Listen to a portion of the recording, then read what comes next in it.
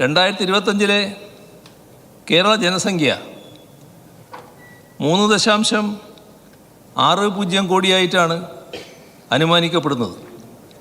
ഇതിൽ 1,72,800 ആളുകളാണ് ദാരിദ്ര്യരേഖയ്ക്ക് താഴെയുള്ളതായി നീതി ആയോഗിൻ്റെ കണക്കുകൾ കാണിക്കുന്നത്.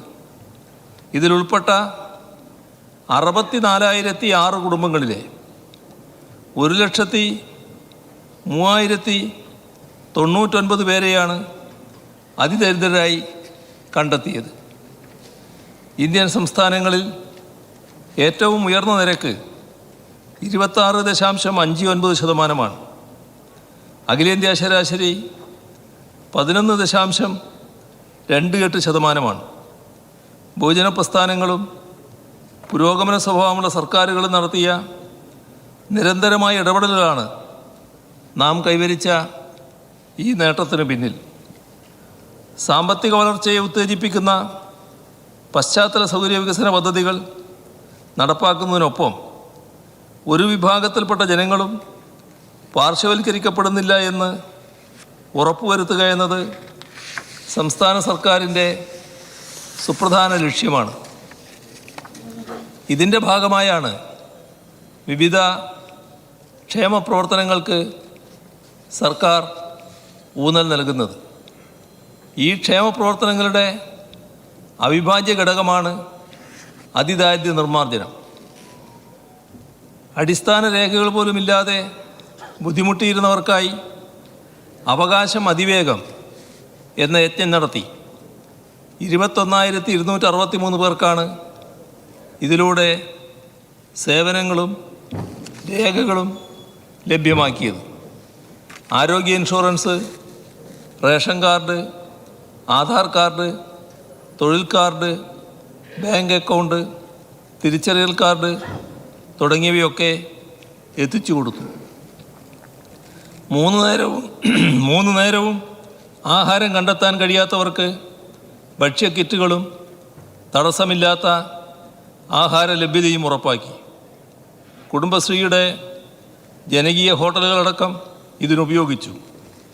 20,648 അതിദരിദ്ര കുടുംബങ്ങൾക്ക്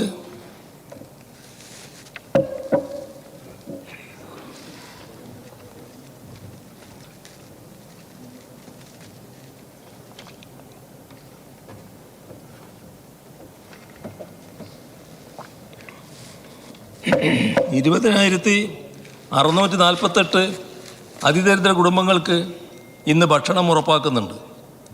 ആരോഗ്യ സേവനം, മരുന്ന് ലഭ്യത, വാക്സിനേഷൻ, കൂട്ടിരിപ്പ് എന്നിവയൊക്കെ ഉറപ്പുവരുത്തി.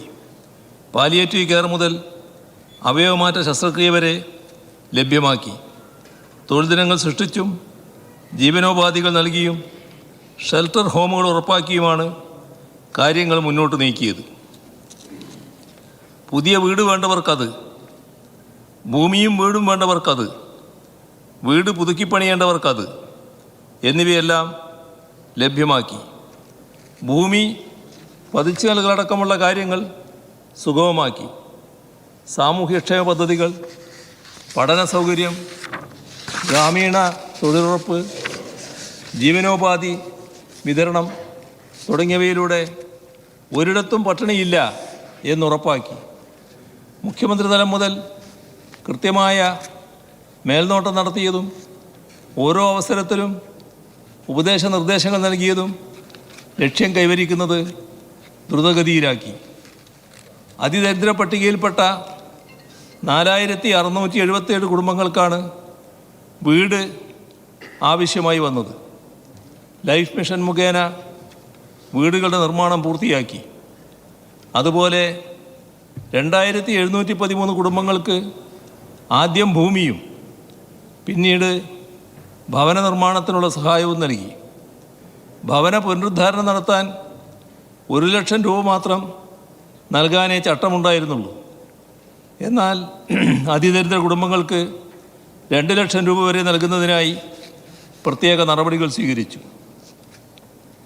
ഭൂമി ആവശ്യമുള്ളവർക്ക് അത് കണ്ടെത്തുന്നതിനായി ബൃഹത്തായ ഇടപെടലുകളാണ് ഉണ്ടായത്.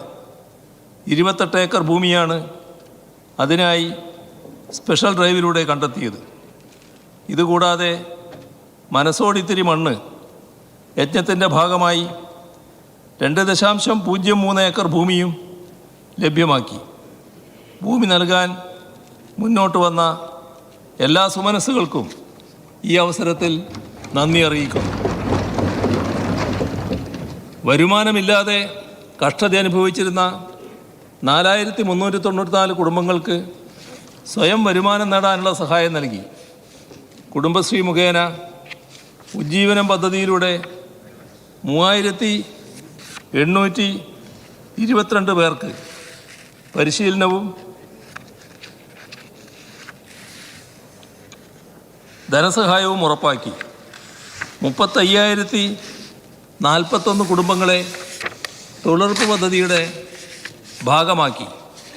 ഇതിനു പുറമെ 228 പേർക്ക് ജീവനോപാധികളും നൽകി. 5132 കുടുംബങ്ങൾക്ക് റേഷൻ കാർഡ് ലഭ്യമാക്കി. 5583 കുട്ടികൾക്ക് വിദ്യാഭ്യാസ വകുപ്പ് മുഖേന പ്രത്യേക ശ്രദ്ധ നൽകുന്നതിനുള്ള പദ്ധതിയും വിദ്യാഭ്യാസ ആവശ്യങ്ങൾക്കായുള്ള യാത്രാ സൗജന്യവും നടപ്പാക്കി.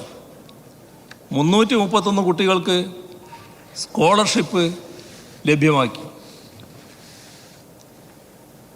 331 കുടുംബങ്ങൾക്ക് വൈദ്യുതി കണക്ഷൻ നൽകി.